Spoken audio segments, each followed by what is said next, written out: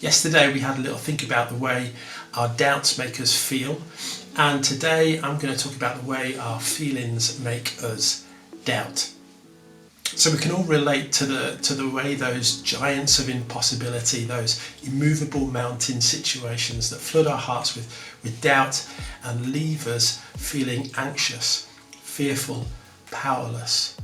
But what about the times when the way that we feel casts doubt in our hearts and minds, and we end up, as they say, making a mountain out of a molehill, where the situation we're faced with becomes much bigger than what it actually is? And I look out onto my garden today and I think to myself, man, I really need to get out there and sort it out. And I'm pretty sure my neighbours think the same thing. My emotions, your emotions, are like gardens. Positive emotions are like flowering seeds, and negative emotions like weeds. Whichever way you look at it, it takes a lot of work to look after your garden. I know it does for me. And if you want your garden to look good, then you've got to pull up the weeds and plant some seeds. And in life, you've got to pull up those negative emotions and plant some positive ones.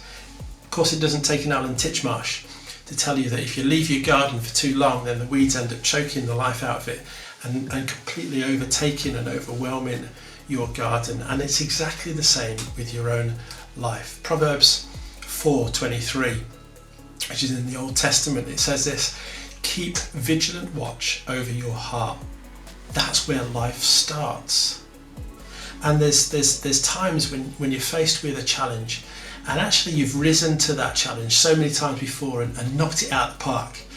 But this time it's different. You feel discouraged, you feel disappointed and distracted by something else completely different. And those negative feelings dominating your life at that time begin to overwhelm your heart and cloud your ability to rise to that particular challenge. And what is normally a molehill becomes a mountain. So in the same way that you can't really leave your garden unattended for a day, a week, a month too long before the weeds start to dominate your garden, neither can you leave your heart unattended before negative emotions begin to dominate and to overtake your life. And so a little bit of advice from the Apostle Paul. He said this: always be joyful, never stop praying, be thankful in all circumstances, for this is God's will for you who belong to Christ Jesus.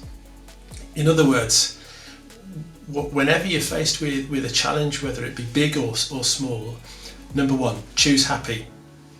It is a choice and it is possible. Number two, ask God for help. He always will. And number three, be thankful. There's usually always something to be thankful for, even in the hardest challenge or situation. And if you can guard your heart with these three things every day, you will find yourself making molehills out of mountains. God bless you. Have a great day.